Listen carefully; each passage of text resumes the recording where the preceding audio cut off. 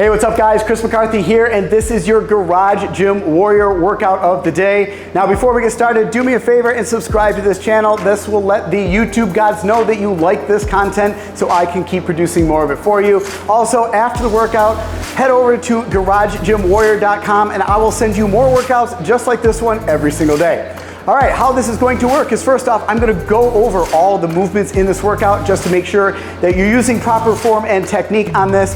Then what I'm gonna do is I'm gonna go ahead and queue up a full follow along workout video of this exact workout so you can get started right away. But for those of you who wanna skip right ahead and skip all the introduction and get right to the workout, I have queued that up down in the description so you can scroll down there, click on the description and start the workout right now. But for those of you who are still with me and want to know proper form and technique and more about this workout is going to be 4 rounds today. It's going to start off with 30 seconds of dumbbell renegade rows. Now a dumbbell renegade row is basically 3 movements into 1. So we're going to do 30 seconds of this. You're going to need 2 dumbbells for this, and we're going to set these on the ground and I'll go over really what the renegade row is. So first off, you're going to set these on the ground about shoulder width apart. A renegade row is you're gonna be in a plank position. You're gonna do a push-up, you're gonna press out of that push-up, you're then gonna row one side back towards your hip, then you're gonna row the other side back towards your hip. That completes 1 renegade row, and we're gonna do 30 seconds of these. All right, a couple things on these. Dumbbells are shoulder width apart, and from here, when you get into this plank position, you wanna make sure that your shoulders, elbows, and wrists are all in a nice line here. We don't wanna be behind them or up over the top of these dumbbells. And then you're gonna get into a plank position, making sure your hips aren't sagging down or piking up. Nice plank position from here. Now, typically, if you're doing push-ups, you'd have your feet really, really close together. But we have to shift our weight from side to side to go ahead and row one back. So I want you to get in a little bit of a wide stance with those legs. So we're into a wide stance here. Now what we're doing, we're gonna go down to that push-up. We're gonna press out of that push-up. Now from here, I have to row the right side back. So what I wanna do is I'm shifting my weight all the way over to this side. So it frees up this arm right here. Now from here, I'm gonna row this dumbbell back towards my right hip. Set that back down. Now I'm shifting my weight over to the right side, nice wide stance, frees up this hand right here. Grab this dumbbell, row it back to my left side.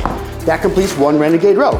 Push up, press, row, row, push up, press, row, and row. Those are renegade rows, and we're gonna do 30 seconds of those to start this workout. Then we're gonna go on to 30 seconds of burpee pull-ups. So, get the dumbbells out of the way here, and I've got my pull-up bar mounted here on the wall. You might have one that's in one of those doorways. Now a burpee pull-up is basically you're gonna go down to the ground. Sorry, I have to turn my back to you guys here. We're gonna go down, we're gonna do a burpee. So let's go over the burpee first. So a burpee is down, plank, push up, press, bring your feet in, and you jump up and touch your hands above your head. That's your typical burpee. Now, we're gonna do exactly that, but we're doing it underneath the pull-up bar. So instead of just jumping up, now we're jumping up, grabbing a bar and doing 1 pull-up.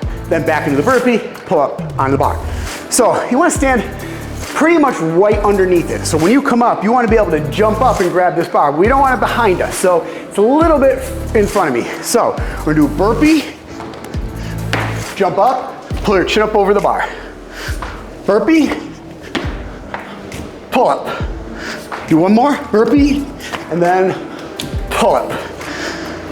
So if you're unable to do kind of unassisted pull-ups, you can just go ahead and do burpees for this workout, just regular. You don't have to do that pull-up in there.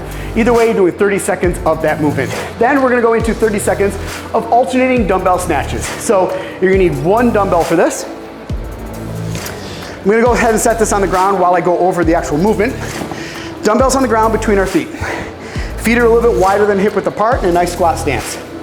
The dumbbell snatch is basically we're taking this dumbbell and we're bringing it all the way up overhead. Then we're gonna bring it down, switch to the left arm, and we're alternating that movement. Now, people typically grab that dumbbell and they just start yanking it from the ground. They start pulling right away with the arm just to get up overhead. I want you to really use the power and the strength of your lower body to initiate that first pull. I want you fully upright, but your arm is still extended or still straight at this point. Then you start to pull. So to start this movement, you want to have your feet a little bit wider than hip width apart. From here, hinge at the hips, knees start to bend, knees are tracking out over those toes, not caving inwards, chest is up. We're going to grab this dumbbell. Now, I'm pressing through the floor.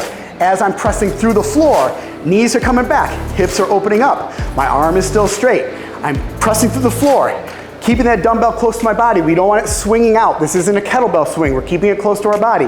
From here, you're at full extension. Get on your toes, shrug that shoulder. Now, and only now, is when you start to pull. Now you pull, and even when you pull, now we're gonna get back underneath it.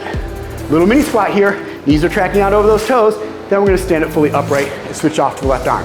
So here we go, chest up, bend down, grab this dumbbell, keep it close to your body. Remember, snatch it up and get underneath it, and then bring it back down. Switch off to the left side, snatch it up and get underneath it, stand it all the way up, back down. Now you'll notice I'm switching here at the ground.